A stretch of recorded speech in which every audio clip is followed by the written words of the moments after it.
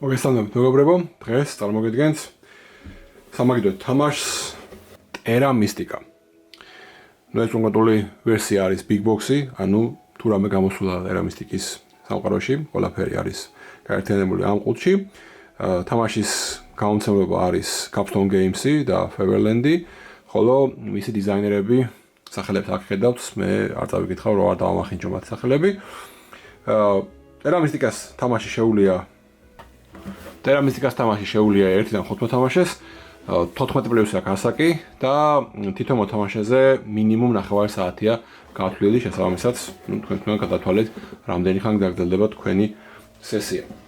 ეს არის 2013 წელს გამოშვებული თამაში, რომელმაც 2013 წელსვე თუ რამე მნიშვნელოვანი ჯილდო არსებობდა სამაგიდო თამაშების სამყაროში, ყველაფერი მოიგო. ძალიან პოპულარული და ერთ-ერთი კლასიკური თამაშია, რომელიც ჩვენს სამყაროში არსებობს. და აქამდე ვიკავებდი თავს ამ თამაშის მიმოხილვისგან, იმიტომ რომ საკმაოდ კომპლექსური თამაშია. ძალიან ბევრ და ღრმა სტრატეგიებს შეიცავს.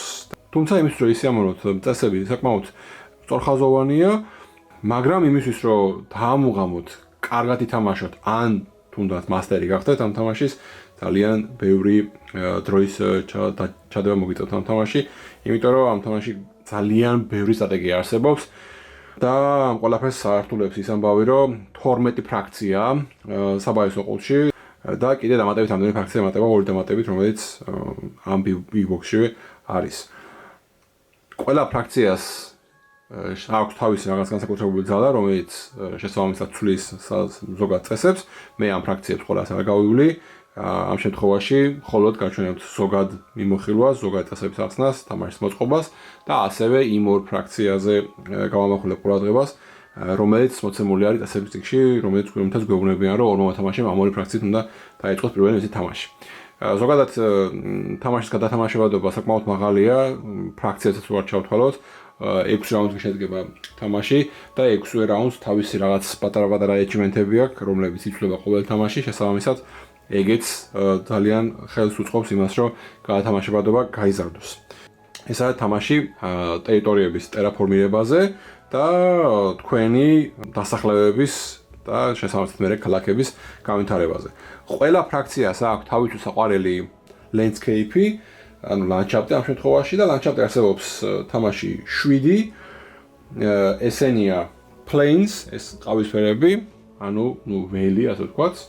ესენია swamps, შავები, ჭაობები, lakes, ტბები, forests, ტყეები, mountains, მთები, wastelands, ანუ თლათუდაბნოები არა, მაგრამ მოკლედ უდაბნოსკენ მიმავალი ეგეთი ტერიტორიები და ყვითელი არის deserts.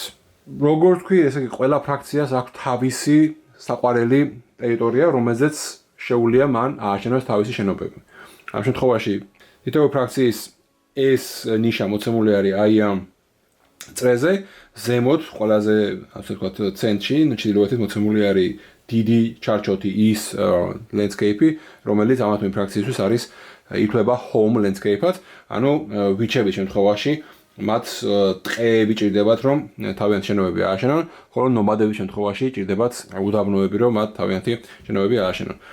და ასევე დააკვირდებოდით, რომ დანარჩენი ტერიტორიები მათგან დაშვერებულია სხვადასხვა მანძილით და თითოეული მანძილი განსაზღვრული არის აი ამ ბარებით, რომლებსაც თამაში spade ქვიათ თავისთავად და იმისთვის რომ თქვენ მოახერხოთ სხვადასხვა ტერიტორიებზე აშენება, ის ტერიტორია უნდა დაატერაფორმიროთ და გადააქციოთ თქვენთვის სასურველად შესაბამისად ტყეთ. ანუ შეზღუდვა გვაქვს ეგეთი, რომ მაგალითად ვიჩებს შეუძლიათ მხოლოდ ტყეებზე ააშენონ და იმისთვის რომ გამithარდეს, მას ჭირდება ამ მის გვერდზე ტერიტორიების ტერაფორმირება. იმის მიხედვით, რაც უფრო მეტად დაშორებული თქვენთვის საყვარელი ლოკაციიდან დასატერაფორმირებელი landscape-ი შესაბამისად მეტი ბარის გადახდა დაგჭირდებათ. მაგ ამბავს უნდა დააკვირდეთ, სად სვამთ თქვენს პირველად დასახლებებს, როგორი განვითარება დაგჭირებათ და ასე შემდეგ. ანუ მაგალითად ჩვენ თუ აქ ჩავჯექით, ჩვენს გვერდზე ეს მარტივად შეგვიძლია დავატერაფორმიროთ, მაგრამ შემდეგი დატერაფორმირებისას უკვე გაგვიჭირდება, იმიტომ რომ მის ირგვლივ 4-ვე რთული ლოკაცია არის. აქაც იგივენაირად შეგიძლიათ გააკეთოთ და მოკლედ, ანუ თავარი მუღამი ისაა, რომ დაიჭიროთ იმის იდეა, რომელი რეგიონების დატერაფორმირება მოგიწევთ და შესაბამისად უკეთესი გზა აარჩიოთ. თავარი წერტილი და ყველაზე მნიშვნელოვანი წესი ამ თამაში არის ის, რომ თქვენ შეგიძლიათ თქვენი შენობები აშენოთ მხოლოდ თქვენთვის საყვარელ ლოკაციაზე და ამისთვის ჯერ მეზობელი ტერიტორიები უნდა დაატერაფორმიროთ და მერე უნდა ააშენოთ. შენობებზე რა ხავსაუბრობთ, ბარემ გავიაროთ, აშენობები შეგიძლიათ ააშენოთ. ამ შენობებს ქვიათ დუელინგები, ანუ მოკლედ დასახლებები, ასე ვთქვათ. შემდეგ არის ტრეიდინგ პოსტები, ანუ დუელინგები უნდა ააშენოთ პირველ რიგში. მათი დააპგრეიდება შეგიძლიათ ტრეინინგ პოსტებად. ტრეინინგ პოსტები შეგიძლიათ დააპგრეიდოთ როგორც stronghold-ად, რომელიც გაგიხსნით დამატებით პასიურ ძალას, ასევე ტრეინინგ პოსტები შეგიძლიათ დააპგრეიდოთ temple-ებად და მერე temple-ები დააპგრეიდოთ sanctuary-ით. ერთ sanctuary-ით. ყველა ფრაქციას აქვს თავისი საწყისი პასიური ძალა, თუმცა თუ თქვენ stronghold-ს ააშენებთ, კიდე დამატებით ერთი პასიური ძალა აუმოქმედება. როდესაც თქვენ აშენებთ dwellings, რაღაც დამატებითი ბონუსები გაგეხსნებათ, dwelling-ის დააპგრეიდებისას dwelling-ს აბრუნებთ უკან და დებთ იმ ლოკაციაზე trading post და ასე შემდეგ, ანუ რაღაცებს კარგავთ, რაღაცებს იღებთ. და ეს მთელი იდეა, რომ თქვენ სწორ დროს სწორად ააშენოთ, სწორად დაატერაფორმიროთ და სწორად დააპგრეიდოთ თქვენი შენობები. ასევე თამაში გვაქვს 4 კულტის ტრეკერი, რომელზეც ვიწყებთ 0-ზე თავიდან, თუმცა ყველა ფრაქციას აქვს რაღაცა საწყისი რესურსები და ზოგიერთი ფრაქცია სხვადასხვა კულტზე 1 ან 2 წაიწევს წინ. და ნუ ამ შემთხვევაში თამაშის ბოლოს გამარჯვების ქულებიც შესაბამისად გადანაწილდება. თამაშის ბოლოს გარდა იმისა, რომ თამაშის განმავლობაში დაგროვებული ქულები გვექნება, მივიღებთ კიდე 3 სხვადასხვა წყაროდან ქულებს, ყოველი 3 ფული იქნება ჩვენთვის 1 ქულა და თითოეულ კულტზე, ვინც იქნება კულტის ტრეკზე, ვინც იქნება პირველ ადგილზე მიიღებს 8 ქულას, მეორე ადგილი 4 ქულას, მესამე ადგილი 2 ქულას და ასევე ვისაც ყველაზე დიდი დასახლება იქნება გაკეთებული, გადაბმული დასახლება იქნება გაკეთებული, მიიღებს 18 ქულას. მეორე ადგილი 18 ქულას და მესამე ადგილი 6 ქულას. ანუ ეს 3 არის, ასე ვთქვათ, end game goal-ები, რომლებიც თქვენ უნდა გაითვალისწინოთ. თამაშს ყოველთვის თითქმის ვიწყებთ 20 ქულიდან, იმიტომ რომ ამ თამაში არის შესაძლებლობა რომ ქულები დაგაკლდეთ. თუმცა შეიძლება რომ ზოგიერთ ფრაქციამ უფრო ნაკლებად ან უფრო მეტად დაიწყოს ხოლმე. რითი იწყებს ფრაქცია მოცემული არის აი აქ, სულ გვაქვს 2 რესურსი თამაში. ესენი არის მუშები, ესენი არის ფული. ანუ შესაბამისად ვიჩები იწყებენ 3 მუშით და 15 ფულით. ესაა სტანდარტული მოწყობა და როგორც ხედავთ, ვიჩები შემთხვევაში 2-ით არიან უკვე წასულები ჰაერის კულტზე. ანუ აი აქ 2-ით წავწევს ჰაერის კულტზე მათ. რაც შეეხება ნომადებს, ნომადები იწყებენ 2 მუშით, ისინი 15 ფულით და მიდიან წინ ცეცხლის და მიწის ტრეკზე. თითოეულ მათგანს აქვს თავისი პასივი ძალა, როგორც თქვით, ეს გვეუბნება, რომ როდესაც ვიჩი ააშენებს ქალაქს, ის მიიღებს 5 ქულას ყოველთვის, ხოლო ნომადების შემთხვევაში ეს გვეუბნება, რომ ნომადები თამაშს იწყებენ 3 დასახლებით. ჩვეულებრივი ფრაქციები თამაშს იწყებენ 2 დასახლებით, თუმცა ნომადები იწყებენ 3 დასახლებით. ჩვენ ბორდზე გარდა ამ შენობებისა, ჩვენი საყვარელი ლანდშაფტებისა და პასივი ძალებისა, კიდე არის 3 ფანჯარა, ასე ვთქვათ. პირველი ნაწილი არის ტერაფორმირების ნაწილი, რომელიც გვეუბნება თუ რა დაგვიჯდება ჩვენ თითოეული ჩვენი ტერაფორმირება, ანუ ერთი ბარი რა დაგვიჯდება, ასე ვთქვათ, და ერთი ბარი როგორც ხედავთ, ამ წუთში გვიჯდება 3 მუშის გადახდა. მაგრამ ჩვენ შეგვიძლია დავააპგრეიდოთ ეს ჩვენი, ასე ვთქვათ, ტერაფორმირების რეიტი, თუ გადავიხდით 2 მუშას და 5 ფულს და 1 პრისტები თამაშის დაწყისში არ აყავს, თუმცა შეგვიძლია ვიშოვოს და მე ავწიოთ აი ეს ნიშნული ზემოთ, მივიღოთ 6 ქულა ეგრევე და მე უკვე თითოეულ ბარზე 2 მუშა დავჭირდება და კიდე თუ დავაპგრეიდებთ, კიდე 6 ქულას მივიღებთ და ერთ ბარზე 1 მუშა იქნება ჩვენთვის საჭირო. ეს რას ნიშნავს, რომ ეხლა რომ წარმოვიდგინოთ, ჩვენ თუ გვინდა რომ მაგალითად უდაბნო გადავაქციოთ ტყეთ, ჩვენ უნდა დავხარჯოთ 1, 2, 3 ბარი. ანუ შესაბამისად აქ რო ვარ 9 მუშეს დახარჯოთ მომჭირდება მხოლოდ ტერაფორმირებისთვის, რაც ძალიან არაეფექტური იქნება და არაეფექტიანი პროცედურად ჩვენი სტრატეგიისთვის. შესაბამისად ეგ არ უნდა გავაკეთოთ, სანამ რა თქმა უნდა ძალიან არ გავაიაფებთ ჩვენს ტერაფორმირებას. მეორე მოცემულობა რაც აქ არის, ეს არის shipping-ი და shipping-ი იდეაში გვჭირდება იმისთვის, რომ როგორც ხდათ, მოცემულობა არის კუნძულები და ერთი კუნძულიდან რომ მეორეზე გადავიდეთ, მაგისთვის გვჭირდება ჩვენ shipping-ის მარკეტის გაზდა. უფრო დეტალურად მაგასაც ცოტა მოგვიანებით გავივიდეთ, როდესაც კონკრეტულად მაგ მოქმედებაზე გადავალთ და ბოლო რაც ასევე ძალიან მნიშვნელოვანია, რაც ჩვენ ბორდზე გვაქვს, ეს არის ჩვენი power bowl-ები, 3 ესე ვთქვათ თასი, რომელთაც ჩვენ ვიწყებთ თამარს.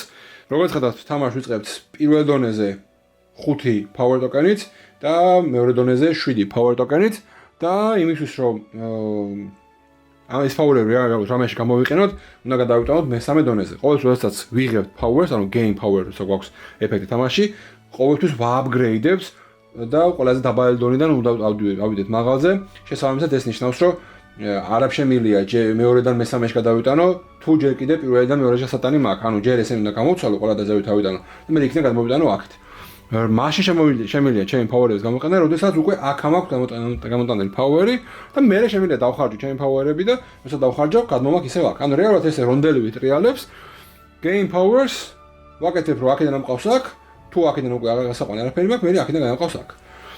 power-ები ძალიან ბევრი მნიშვნელოვანი რაღაცა შეიძლება გააკეთოთ თამაში, თუმცა იმისთვის რომ თქვენი power-ები მუდმივად გქონდეთ, საჭიროა რომ N20 engine-ი კარგად ააწყოთ.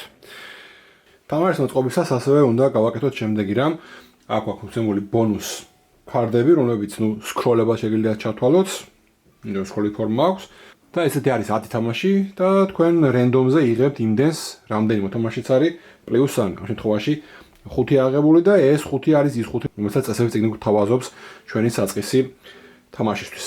შემდეგ რა თქმა უნდა შეგიძლიათ დაარენდომოთ ჩვეულებრივ. ასევე აქ ეწყობა favorite tile-ები, რომლებიც ძალიან მნიშვნელოვან ძალებს გვაძლევს და რომელთა აღება შეგვიძლია მხოლოდ იმ შემთხვევაში, თუ ჩვენ ავაშენებთ templates ან sanctuaries.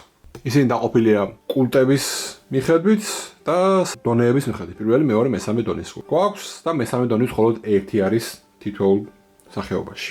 ასევე გვაქვს 3 ხიდის ტოკენი და ასევე 7 ფრისტი. ბორდზე ეს ნაწილი უკვე თქვით, თითოეულ რაუნდს თავის რაღაც პატარა მინი გოული აქ ეგამბავი ვახსენეთ, თითოეული მინი გოული იყოფა 2 ნაწილად. აქეთ ხარ ეს მოცემულია მიმდინარე ბონუსები, ანუ როდესაც თქვენ გააკეთებთ რაღაც მოქმედებას, თქვენ მიიღებთ ამ ქულას ყოველთვის ამ რაუნდის განმავლობაში და რაუნდის ბოლოს თითოეული კულტის რეკზე მათი მდგომარეობის მიხედვით მიიღებთ ბონუსს. ამ შემთხვევაში პირველ რაუნდში ყოველთვის როდესაც ფრაქცია ააშენებს დუელინგს მიიღებს 2 ქულას და რაუნდის ბოლოს ცეცხლის კულტის რეკზე ყოველი 4 ნიშნულისთვის ის მიიღებს 4 power token-ის დააპგრეიდების საშუალებას. ბოლო რაც დაგვრჩა, რაც არ გვითქვამს, არის აი ეს რაუნდისში ერთხელ გამოსაყენებელი ექშენები, რომლებსაც ჭირდება თუსაც ის power-ები, რომელსაც ჩვენ ვისაუბრეთ. 3 power-ად აშენებ ხიდს, 3 power-ად ყიდულობ priests, 4 power-ად იღებ ორმშას, 4 power-ად იღებ shritpools, 4 power-ად 1 space და 6 power-ად 2 spades. თამაშის დაწყებად გვაკლია მხოლოდ ერთი რამ, უნდა გავათავსოთ ჩვენი საწყისი დუელინგები. ფრაქციები თამაშს იწყებენ 2 დუელინგით და ამ შემთხვევაში ვიყენებთ ისევ და ისევ წესებით მიერ თავიდანვე განსაზღვრულ განლაგებას. როგორც ხედავთ, ვიჩები იწყებენ 2 ტყეზე, ცენტრალურ ნაწილში, ხოლო ნომადები ცენტრალურ ნაწილში 2 ადგილზე არიან და სამხრეთში კიდე 1 ადგილზე არიან. იმიტომ რომ მათ აქვთ თავიანთი სუპერძალა, რომ მათ შეუძლიათ 3 დუელინგი დაიწყონ თამაში. ჩვეულებრივ თამაში თქვენ ფრაქციას ირჩევთ მას შემდეგ, რაც გაიგებთ რაუნდების ბონუსების შესახებ ინფორმაციას, პირველ მოთამაშე აირჩევს თავის ფრაქციას და მეორე სხვა მოთამაშეები შესაბამისად აირჩევენ თავიანთ ფრაქციებს. ქულებს ამ თამაში ძალიან ბევრი რამე გვაძლევს, როგორც თქვით, ჩვენ ბორდზე მოცემულია 2 საშუალება ქულების აღების, ერთი არის ტერაფორმირების დააპგრეიდება და მეორე არის shipping-ის დააპგრეიდება და ისე ქულებს გვაძლევს ქალაქების აშენება, ქალაქების აშენებისას ვიღებთ აი ამ გასაღებს და რომელიც ჩვენ გვინდა იმ ქულიანს ავიღებთ და ზოგიერთს მოყვება მარტო ქულა და ზოგიერთს დამატებითი ბონუსები, ჩვენ გადასაწყვეტია ეგ ამბავი, თამაში ქულებს გვაძლევს ასევე სხვადასხვა მოქმედებები, თამაში ქულებს გვაძლევს აი ეს მიმდინარე ბონუსები და ასევე თამაში ქულებს გვაძლევს favor tile-ების სხვადასხვა ეფექტები. მოკლედ, ბევრი ვარიანტია თამაში ქულების აღების და თქვენი მთავარი იდეა არის ამ თამაში, რომ მაქსიმალურად ეფექტიანები იყოთ. ვინც უფრო მეტად ეფექტიანი იქნება, ის გაიმარჯვებს ამ თამაში. ეხლა გავიაროთ, როგორ მიმდინარეობს თითოეული რაუნდის პროცესი, ანუ ეგრეთ წოდებული game flow. Game flow იყოფა სამი ნაწილად, სამი ფაზა არის. პირველი არის income ფაზა, შემდეგ არის უკვე action-ების ფაზა და ბოლოს არის უკვე კულტების ბონუსები, აი ამაზე საუბარი და თავისთავად clean-up. და მომზადება შემდეგი რაუნდისთვის არის. მაშ ასე პირველი ფაზა არის income-ი, მიუხედავად იმისა, რომ ჩვენ დაწყებული უკვე საწყის რესურსები, income-ს მაინც ვაკეთებთ. Income ნიშნავს, რომ ვააქტიურებთ ყველანაირ ბონუს ჩვენს პლანშეტზე და ასევე თუ გვექნება რა თქმა უნდა favor-ები, რომელზეც მოცემული არის სიმბოლო, რომელზეც ნუ ესეთი გამოწვეული ხელი არის. ანუ საუბარი არის აი ამ სიმბოლოზე. როგორც ხედავთ, ამ წუთში ღია ეს სამი სიმბოლო და შესაბამისად ჩვენ ვიღებთ სამ დამატებით მუშას. სხვა არაფერი არ გვაქვს ამ წუთში ჩვენ ღია და სხვა არაფერი არ გვაძლევს ბონუსს, ამიტომ უბრალოდ ვიღებთ სამ დამატებით მუშას, ხოლო ნომადები იღებენ 4 დამატებით მუშას. იდეაში გავთანაბრდით ახლა ამ წუთში.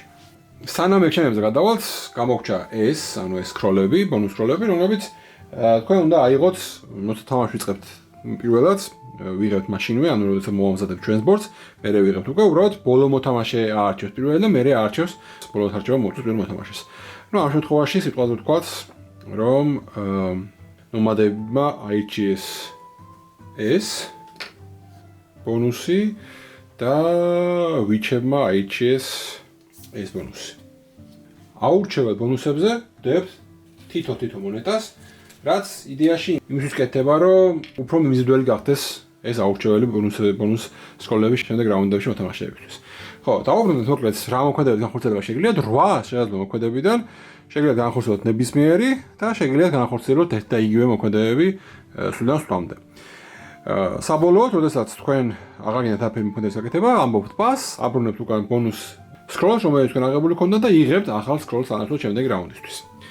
მივუყვეთ ახლა მოქმედებების განხორციელებას და პირველი action-ი, ასე უნდა ვთქვათ, ეს არის ტერაფორმირება, ანუ გადაქცევა კონკრეტული ლანდშაფტისა თქვენთვის ასურა ლანდშაფტად.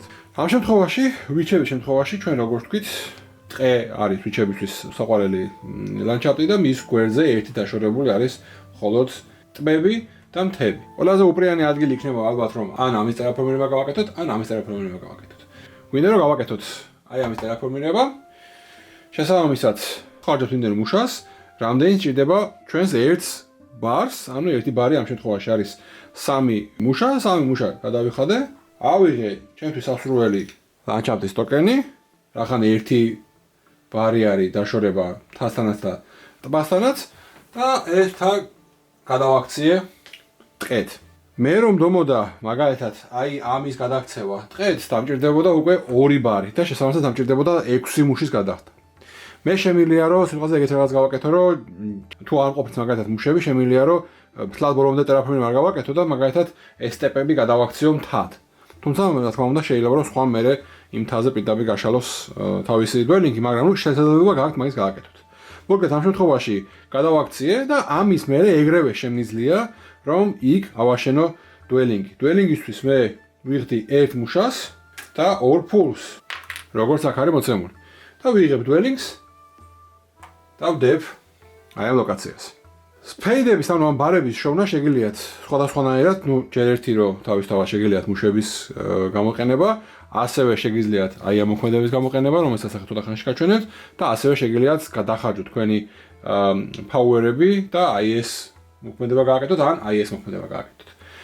ხო, როდესაც 2 სპეიდს იყენებთ, თუ თქვენ გინდათ, შეგიძლიათ რა თქმა უნდა გამოიყენოთ, რომ 2 დაშორებული ლანდშაფტი გადააქციოთ თქვენ სასურველ ლანდშაფტად, ან შეგიძლიათ რომ ერთი გამოიყენოთ ლანდშაფტის გადასაცემად და მეორეც გვერდზე თუ გაქვს შესაბამისი ლანდშაფტი, ეგეც შეგიძლიათ, ანუ ორი სხვადასხვა ტერიტორიაში შეგიძლიათ ლანდშაფტი შევცვალოთ, უბრალოდ ერთი შეგიძლიათ მხოლოდ ააშენოთ დველინგი, მეორეზე იმ რაუნდშივე ვერ ააშენებთ.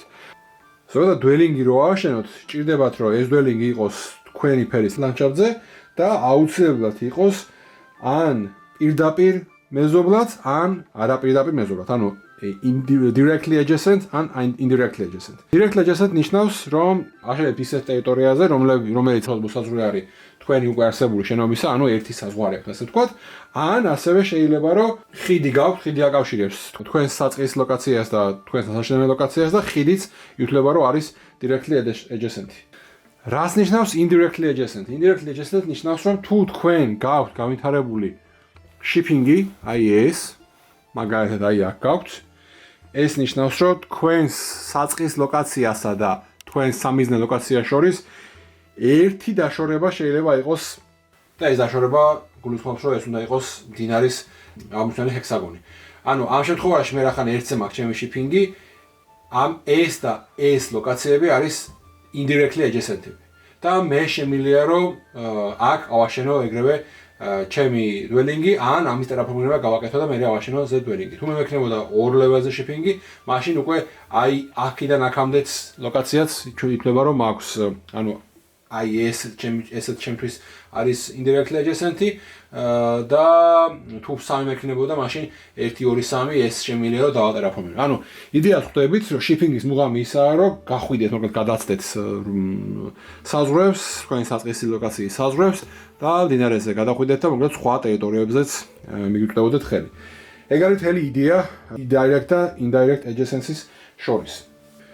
რა ხდება მაშინ, როდესაც ვიყენებ მოქმედებას, რომელიც მაძლევს ერთ ფეითს, ანუ ერთ ბარს, მაგრამ რეალურად ჭირდება მეტი ბარი იმ კონკრეტული ლოკაციის ტერაფორმირებისთვის. ანუ მაშინ შემთხვევაში, ციტყვად ვთქვათ, მორჩა ამ შემთხვევაში ბიჩები გადავედით ნომადებზე და ნომადი იყენებს აი ამ თავის ბონუს ქმედებას. ამის გამოსანიშნელად ვიღებთ ამ ტოკენს, ვადებთ ამას, რომ ეს მოქმედება გამოვიყენეთ. და ვიყენებთ ერთ ბარს და ამ შემთხვევაში გვინდა რომ ახლა ვიწყებთ აი აქ ჩვენთვის სასურველი ლოკაცია არის ან სტეპები წითელი ან ველები ყავისფერი ანუ ან აქ, მაგრამ ნუ დავუშვათ მინდა რომ აი ეს დავატერაფორმირო და ჭაობები ჩემგან დაშორებული არის ორით, როგორც ხედავთ აი ამ მოცემულობაზე. უდაბნო ჭაობები და მინდა რომ ჭაობები დავატერაფორმირო. აი ეს უნდა დავატერაფორმირო. გამოვიყენე ერთის ფეიდი, რომელიც მომცა შესაბამისად აი ამ ბონუს სკროლმა და კიდე ერთის ფეიდი მჭირდება. შესაბამისად მე შემიძლია დავხარჯო აქედან ეს სამი მუშა და უკვე ეს დავატერაფორმირე და ეს გადავაქციე უდაბნოდ. ნუ ამ შემთხვევაში ამას არ გავაკეთებ, მაგრამ რეალურად ამის გაკეთება შესაძლებელი არის. მოდი ახლა ესე ვქნათ, გადავაქციეთ ეს უდაბნოდ და ჩვენი დველინგი შევიყვანეთ. ამისთვის დავხარჯეთ ერთი მუშა და ორი ფული. 8 ექშენიდან პირველი ვარიანტი უკვე გავიარეთ, ტერაფორმირება და ჩასმა დველინგის ეგრევე. ამას აკეთებ ეგრევე. შეგიძლიათ თქო უნდა ჯერ ტერაფორმირება გააკეთო და არ ჩასვა არაფერი და მერე ჩასვა დველინგი, თუმცა ნუ რეალურად ამითი სვლას კარგავ და რატომ უნდა გააკეთო ეგ არ ვიცი. მაგრამ შესაძლებელი არის რა თქმა უნდა ამის გაკეთება. ასევე გავიარეთ აი ეს შეძლო ვარიანტიც, ანუ მე-7 რეალურად თუ რამე სკროლი ან მაგალითად favor tile-ები ან მაგალითად ნებისმიერ სხვა რამე თქვენი სპეციალ ძალები გაზრდათ რაღაც მოქმედებას განხორციელების საშუალებას, ერთხელ რაუნდში თქვენ იღებთ ესეთ მარკერს და ადებთ ზე და აკეთებთ იმ მოქმედებას. ანუ ეგეც ერთი თქვენი ექშენი არის და free action-ში არ გადის. მოკლედ ნომადების თუ ამით დამთავრდებოდა ამ შემთხვევაში. ეგეც გასაგები არის. ეხლა ძალიან მნიშვნელოვანია ერთი რაღაც ვთქვათ და გავიაროთ. შესაძლებელი არის თქვენი ძალების გენერირება აშენების დროს. ეს ამ შემთხვევაში ხდება. თქვენ დააკვირდებით, რომ თქვენი შენობები იყოფა 3 კატეგორიად. აი აქ მოცემული არის, როგორც ხედავთ, პირველი ლეველის 1 ძალის მქონე შენობები, დველინგებია ძირითადად ეგენი, 2 ძალის მქონე შენობები, trading post-ები და temple-ები და 3 ძალის მქონე შენობები, sanctuary და stronghold. როდესაც თქვენი მოწინააღმდეგე აშენებს თქვენი რომელიმე შენობის მეზობლად და ამ შემთხვევაში ითვლება რომ ეს შენობა უნდა იყოს directly adjacent-ი, თქვენ შეგიძლიათ მიიღოთ power-ი იმის მიხედვით, რამდენი და რამდენძალიანი თქვენი შენობების გვერდითაა ეს ასაშენებელი თუ დასაუგრედებელი შენობა. ანუ ამ შემთხვევაში, სიტყვაზე ვთქვათ, დაუბრუნდით ძველ პირველ მაგალითს, ეს არა გვაქვს ჯერ, ვიჩებმა დაატერაფორმეს ეს და ააშენეს dwelling-ი, რომელიც იყო ნომადების გვერდზე. ნომადების dwelling-ი არის ერთძალიანი შენობა, რომელიც მას აძლევს ერთი ძალის დაგენერირების საშუალებას და ნომადი აკეთებს ამას აი ამ ძალის პირველი ლეველის მოვლიდან მეორე ლეველში გადატანით. რა ხდება, როდესაც ნომადები აკეთებენ იგივეს? ანუ დაატერაფორმეს ეს ლოკაცია, ჩადგეს აქ და აღმოჩნდა, რომ ვიჩების ორი dwelling-ი არის ახალ აშენებული ნომადების dwelling-ის directly adjacent-ი. ანუ ამ შემთხვევაში ორი ძალის გენერირება შეუძლიათ ვიჩებს, მაგრამ ამ ძალის გენერირებას აქვს თავისი საფასური. რამდენ ძალასაც აგენერირებ, იმაზე ერთით ნაკლები გამარჯვების კურა უნდა დაიკლო. და არ შეგიძლია ამაზე უარი თქვა, ანუ თუ აპირებ რომ აიღო ძალები, უნდა აიღო ყველა რაც ისაღებად შეგიძლია და არ შეგიძლია რომ თქვა ერთს ვიღებ მარტო და შესაბამისად 0 ძალა და 0 ქულა დამაგერეთ. არა, ამ შემთხვევაში თუ იღებ ორივეს და ერთი ქულა აკდება და ზუსტად ამიტომ იწყებს ყველა მოთამაშე 20 ქულით თამაშს. ამ შემთხვევაში ნომადები დაიკლებენ ერთ ქულას, ვიჩები დაიკლებენ ერთ ქულას, მაგრამ სამაგიეროდ დააგენერირებენ ორ powers. ამიტომ ძალიან მნიშვნელოვანია ამ თამაში, რომ მეზობლებთან იყო. ზოგიერთ ფრაქცია, თქმა უნდა, არის ისეთი, რომ მარტო თამაში ურჩევნია, თუმცა ძირითადად ჯობია რომ სხვასთან იყო, იმიტომ რომ ჯერ ერთი რომ ამითი შენ თვითონ აგენერირებ ძალას და ძალაც არ მნიშვნელოვანია ამ თამაში და მეორე ზოგიერთი შენობის აშენებაზე ფასი გაკდება თუ შენს მეზობლად არის შენი მოწინააღმდეგე. მოკლედ, ეს ამბავიც გავიარეთ. გადავიდეთ მეორე შესაძლებლო მოქმედებას, რომელიც შეგიძლია გააკეთო, ეგ არის დააპგრეიდო შენი shipping-ი, უბრალოდ გადაიხადე ამ შემთხვევაში, ვიჩების შემთხვევაში ეს არის 1 priest-ი და 4 ფული და გადადი შემდეგ level-ზე, 1 level-ი გაქვს shipping-ი და თან 2 ქულა აიღე.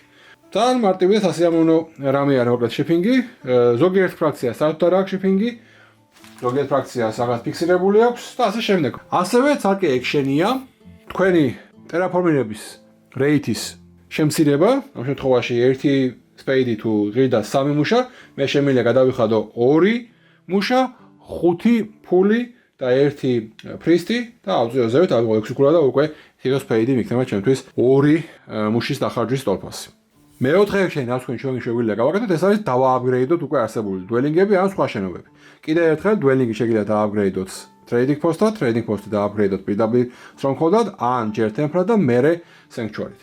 მოდი მივყვეთ, ეხლა იყო რეალურად ვიჩების ჯერი და ვიჩებს უნდათ რომ დააპგრეიდონ თავიანთი dwelling-ები და ამისთვის დავხედავთ რა არის საჭირო. ხედავთ რომ 2 მუშა გვჭირდება ამისთვის და ასევე გვჭირდება 3 ან 6 ფული. 6 ფული გვჭირდება იმ შემთხვევაში თუ ჩვენს მეზობლად სხვა მოწინააღმდეგე არაა, ანუ directly adjacent სხვას არ აქვს არანაირი შენობა, მაგრამ 3 ფულად შეგვიძლია დავააპგრეიდოთ თუ ასეთი არსებობს და რა თქმა უნდა ეს გვინდა. გადავიხადოთ 2 მუშა. ჩვენი ბოლო 2 მუშა იყო და დავააპგრეიდოთ აი ეს dwelling-ი. დააპგრეიდებულ dwelling-ი გვიბრუნდება dwelling-ების უკიდურეს მარცხენა ლოკაციაზე და იქ შევიდა ჩვენი trading post-ი, რომელიც გვიხსნის ახალ შესაძლებლობებს, რაც არის ყოველ რაუნდში 2 ფულს მივიღებთ და 1 power-ის გენერირების საშუალება მოგვეცემა. ამ შემთხვევაშიც ნომადებს შეუძლიათ რომ 2 dwelling-ი აქვთ მათ adjacent-ი და 2 power-ი დააგენერირონ და 1 ქულა დაკარგონ. იგივე შეუძლიათ ნომადებმაც გააკეთონ და რატომაც არ უნდა გააკეთონ, გადაიხადონ 2 მუშა, გადაიხადონ 3 ფული და შემოიტანონ აი აქ მათი training post-ი. ამ შემთხვევაში უკვე ხედავთ რომ ჩვენი ძალა არის 2+1, ანუ 3 ძალის გენერირება შეუძლიათ ვიჩებს, თუმცა 2 ქულა უნდა დახარჯონ და დახარჯონ უნდა ამის გაკეთება და სამაგიეროდ ვაკეთებთ იმას რომ ჩვენი ბოლო 3 power-ი ადის პირველ level-დან მეორე level-ზე და აწრი უკვე როდესაც ჩვენ დავაგენერირებთ ჩვენს power-ებს უკვე აქედან გადმოვა აქ, საიდანაც უკვე შეგვიძლია გამოვიყენოთ ჩვენი ძალები.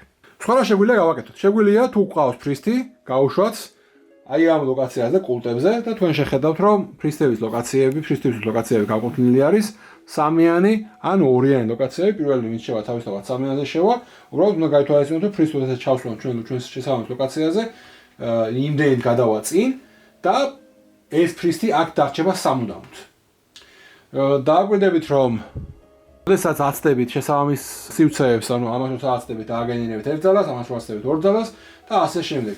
მეცხრედან მე-10-ზე რომ გადახვიდეთ, ამისთვის ჯერ უნდა გქონდეთ ქალაქი აშენებული, რასაც გვამცნობს აი ეს პატარა გასაღები, რომელიც ჩახატული არის 10-იანის ქვეშ. ანუ ქალაქი თუ არ აქვს აშენებული, მე-9-დან მე-10-ზე ვერ გადახვდეთ. ეს შეეხებოდა ამ მოქმედებას, ან ესეც მოქმედება. მე-6 მოქმედება არის დახარჯო power-ი და გამოიყენო აი ეს ამ მოქმედებებიდან ერთ-ერთი. ანუ ამ შემთხვევაში შემიძლია დახარჯო 3 და ვაშენო bridge და ასე შემდეგ. ანუ მოკლედ რა მოქმედებებია, ამას ვკითხავთ თქვენთვისაც. ესენი რაუნდში ერთხელ ხორციელდება, ეჯრადებია და ანუ დარეფრეშდება მხოლოდ შემდეგ რაუნდში. ბოლო მოქმედება, რაც შეგიძლიათ გააკეთოთ, რომელიც აქ წერია, ეს არის დაპასოთ, დადოთ თქვენი არჩეული სკროლი უკან, აიღოთ ახალი სკროლი და ასევე აიღოთ პირველი მოთამაშის ფიგურა, ანუ პირველი ვინც დაპასავს, ის იქნება პირველი შემდეგ რაუნდში. ეხლა ამ შემთხვევაში რა უნდა გააკეთოს ვიჩმა, ვიჩს იდეაში არ უნდა გააკეთებია ის, რომ თავისი სამი მუშა გამოიყენებია ტერაფორმირებაში, მაგრამ თეორიულად რა შეგვიძლია გავაკეთოთ. ყოველთვის შეგიძლიათ გააკეთოთ რამდენიმე რამე. შეგიძლიათ რომ 5 power-ი დახარჯოთ და 1 ფრისტი აიყვანოთ, ან 3 power-ი დახარჯოთ და 1 მუშა გამოიყვანოთ, ან 1 power-ი დახარჯოთ და 1 ფული აიღოთ. უკუღმა არ მუშაობს. მაგრამ თუ თქვენ power-ები გაქვთ აი ამ ბოლში, აი ეს ნიშანი, ეს პატარა X-ის ნიშანი გეუბნებათ, რომ თქვენ შეგიძლიათ სამუდამოდ გადააგდოთ აქედან 1 power-ი და ამ ძალით 1 power-ი გადაიტანოთ მეორედან მესამე ბოლში. ანუ მე თუ ძალიან მინდა რომ მაგალითად 2 მუშა გამოვიყვანო, მე შემიძლია გადავაგდო 1, 2, 3 და 4 power-ი სამუდამოდ ჩემი ბოულებიდან და 4 power-ი გადმოვიტანო აქეთ. შემდეგ ეგ არის bonus action, free action ასე ვთქვათ და მე შემდეგ დავხარჯო ეს 4 power-ი, ანუ გადმოვიტანო ესენი ყველაფერი. პირველ ბოულში გამოვიყენო ეს მოქმედება და 2 მუშა შემოვიყვანო. თუ ძალიან მინდა რა თქმა უნდა. ეს შეიძლება კარგიც იყოს და ცუდიც იყოს, ოღონდ გააჩნია როდის გააკეთე. რა თქმა უნდა, რაღაც მომენტში თამაშის განმავლობაში ალბათ მოგიწევთ ამის გაკეთება, იმიტომ რომ ჯერ ერთი რომ 12 power-ი გაქვთ სულ და 12-ის მუდმივი ასეთი ციკლირება ცოტა ძნელი არის. ჯობია რომ შედარებით ნორმალური ოდენობა გქონდეთ და მალმალე დახარჯოთ, მალმალე აიცოთ. კარგი არის ხოლმე ეგ საუკეთესო ვარიანტი, სადღაც ბოლოსკენ რომ დაახლოებით ან 8-ზე 7-ზე იყოს გაჩერებული, რომ ამ power-ების გენერირების და მე დახარჯვის თემა კარგად უნდა დაწყობილიყო. 12 ცოტა რთული არის. დახარჯო, მე გადმოვიტანო, ისე შეავსო, ცოტა რთული გასაკეთებელია. შესაძლებელია, თუმცა რთული გასაკეთებელია. ამ შემთხვევაში მე თუ ძალიან მჭირდებოდა ეს, შემიძლია გამეკეთებია. ვიჩების თქვა მორჩა, ეხლა არის ნომადები ჯერი, თუ ამას ავაშენებ, ჩვენ უნდა დავხარჯოთ 4 მუშა და 8 ფული, არა გვაქვს ამის საშუალება. თუმცა თუ ამას გავაკეთებდი, მე ყოველ აქედან მოყოლებული ყოველ რაუნდში შემეძლება რომ 2 დამატებითი power-ი დავაგენერო, ასევე მივიღებ აი ამას და ჩათვალე დამატებით მოქმედება მაქვს, რომ ერთხელ რაუნდში შემიძლია ჩემი შენობის გვერდზე არსებული ნებისმიერი ერთი თირეინი გადავაქციო ჩემს home თირეინს და მე ეგრევე შემიძლია ზე დავაშენო დუელინგის ფაზის გადახდით. თუმცა ამას ვერ ვიყენებ ვერც ხიდების გამოყენებით და ვერც შიფინგის გამოყენებით. აი იმენა ზუსტად ჩემი სახლის გვერდზე უნდა იყოს. ეს ძალიან მნიშვნელოვანი ძალა აქვს პატივცემულ ნომადებს, თუმცა ამას ვერ ვაკეთებ ახლა ამ წუთში. მაგრამ ის გაკეთებაც შემიძლია, ეს არის რომ შემიძლია ჩემი ტრეიდინგ პოსტი გადავაქციო თემპლად. რატომაც არა, მოდით ვცადოთ ტრეიდინგ პოსტი მაქვს აქ. შესაბამისად, ამისთვის აი ამ თემპლისთვის მე უნდა გადავიხადო 2 მუშა და 5 ფული. ავიღე თემპლი, ჩავანაცვლე ჩემი ტრეიდინგ პოსტი, დავხურე ესე ვარ ტრეიდინგ პოსტი, აქ ავშალე ჩემი თემპლი და ეს მეუნება რომ აწი უკვე ყოველთვის მივიღებ, ყოველ შემოსავალზე მე მივიღებ 1 დამატებით ფრისს. და ასევე როგორც კი მე თემპლი ავაშენე, მე ხელი მივიწდება უკვე ერთ-ერთ favor-ზე, რომელიც მე მინდა. ამისთვის მე შევხედავ აქ მოცემულობას ამ რაუნდის ბოლოს. იდეაში აქ ორი ქულა დაგვეწერა ჩვენ, იმიტომ რომ ორივე ავაშენეთ თითო დუელინგი და ეს რაუნდი გვეუბნება რომ დუელინგებზე ორი ქულა აიღეთო, დავუშვათ ახლა აგერა ვართ. ეს მეუბნება რომ რაუნდის ბოლოს ყოველ 4 ნიშნულზე რაც მე მექნება ცეცხლის ტრეკზე, მე შემიძლია რომ 4 power დავაგენერო. ამისთვის მე რომ 4 ნიშნულზე ავიდე, მე ვარ 1-ზე, შესაბამისად მე უნდა დავიმატო +3. და ეგ შემიძლია, თუ რა თქმა უნდა მინდა. უბრალოდ უკეთესიც არსებობს. მე თუ ავიღებ აი ამ favors ეს მეუბნება რომ ყოველ რაუნდში შემიძლია დავაგენერო 4, რაც მგონი უკეთესია და თან პლუს 2-ით მივდივარ აი ამ თეთრზე. მოკლედ, ამით მორჩა ნომადები ჯერი არის ისე ვიჩები ჯერი, ვიჩებსაც შეუძლიათ იგივე გააკეთონ, 2 მუშა ჭირდება ტემპლის აშენებას და იგივეს გავაკეთებ მეც. ხო, რა თქმა უნდა, წეღან ისევ და ისევ ვიჩებს შეეძლოთ რომ აიღოთ 3 power-ი, დავუშვათ ავიღეთ ჩვენ 3 power-ი, მაგრამ დავიკეთეთ 2 ქულა. ეს რა ვაშენეთ, ეხლა უკვე ნომადებს აქვთ ისევ და ისევ 3 power-ის აღების საშუალება, ავიღოთ 3 power-ი, ერთი უკვე გადმოვაკეთ და დავიკრებთ 2 ქულას. ეს რა თქმა უნდა არ არის აუცილებელი გააკეთოთ, თუმცა კარგია ხოლმე ამის გაკეთება და ამ შემთხვევაში ვიჩებს ურჩევნიათ რომ აიღონ აი ეს favor-ი, რომელიც მათ წაწევს 2-ით მიწაზე და ყოველ რაუნდში მათ შეიძლება 1 power-ის გენერირება და 1 მუშის გენერირება. ნომადებს ბევრი არაფერი არ გადარჩათ, შესაბამისად ისინი დაპასავენ, დააბრუნებენ ამ თავის ბონუს გრაგნენს უკან და იღებენ ახალს და მოდი ავიღოთ დამატებით მუშები რო გყავდეს, აი ამას. თან 1 ფული მოყვება და პლუს ეს გვეუბნება რომ რაუნდის ბოლოს თუ მექნება აშენებული ან sanctuary ან stronghold 4 ქულას მივიღებ. დიდი შანსია რომ მე ამ რაუნდის ბოლოს ავაშენო sanctuary, შესაბამისად ავტომატურად არა. ვიჩებიც დაპასავენ, დააბრუნებენ ამას და ამ შემთხვევაში ისინი აიღებენ აი ამას. ამით თავდება რაუნდი, ვნახულობთ აქ რა მოხდა, 4 არავის არ აქვს აკეთებული, შესაბამისად ეს რაუნდი მორჩა, დარესეტდება და ყველაფერი სხვა და მე ისევ წავაჩოვლებ თამაში, ანუ ისევ ავიღებ შემოსავალს და ასე შემდეგ. ესე მიდის მოკლედ თამაში, თამაშის ბოლოს რო გავალ, დავასრულებ თამაშს, ნახავთ ვინ სად არის კულტებზე ასული, მივიღებ შესაბამის კულებს 8, 4, 2 პირველი, მეორე, მესამე ადგილისთვის, მინიმუმ ერთზე მაინც უნდა იყო რომ ჩაგეთვალოს მეორე ადგილისთვის და მესამე ადგილისთვის და ბოლო როგორც ვთქვით, დასახლების სიდიდეზეა, დასახლების სიდიდე ამ შემთხვევაში ჩაითვლება თქვენი ყველაზე დიდი დასახლება, რომელიც ერთმანეთთან არის დაკავშირებული როგორც directly, ისე indirectly, ანუ ხიდებით, shipping-ებით, როგორც იქნება ყველაზე დიდი დასახლება თქვენი შენობების დათვლით, იქნება 18 ქულის მომპოვებელი, შემდეგ მეორე ადგილს 12 ქულა და ასე შემდეგ. ეს არის მოკლედ ტერამისტიკა. იმედია ყველაფერი გასაგებად ახსენით. საკმაოდ რთულია ის ამბავი, რომ შენი ფრაქციის შესაძლებლობების მაქსიმალიზაციისკენ ისწრაფოდე და თან გინდოდეს რომ ყოველ რაუნდში რა რეების გაძლევს ქულებს ეგენიც არ დაგავიწყდეს. საკმაოდ რთული არის ამ რესურსების დამენეჯმენტება, როგორც ხედავთ, რავი, ერთ მოქმედებაში მე უკვე ტერაფორმირება გავაკეთე და სამუშო დავხარდი უკვე აღარ აღარ დამჭა. ეს ამბავი რთულია, ამიტომ თავიდან ტერაფორმირება ცოტა უნდა დაუფრთხილდეთ ტერაფორმირებას.